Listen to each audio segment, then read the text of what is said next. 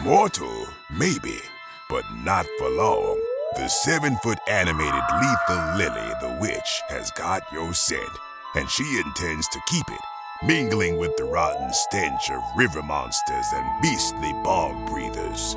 Standing 7 feet tall, this wicked witch of the water is an imposing presence, practically dripping with the dregs of whatever cursed lagoon she slithered out of. Her staff, fashioned from waterlogged wood, glows green with bright energy-efficient LED light, illuminating the crags and wrinkles of her decrepit, age-ravaged face. Her silver strands are capped by a big, bewitched hat covered in green tatters. A dusty brown shroud and swamp-stained long skirt are held up by a braided belt.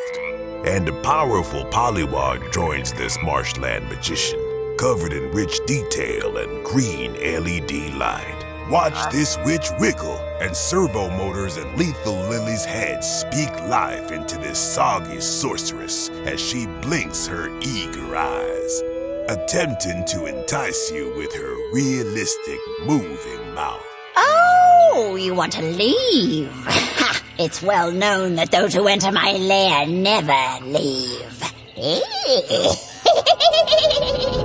And your pain will last forever.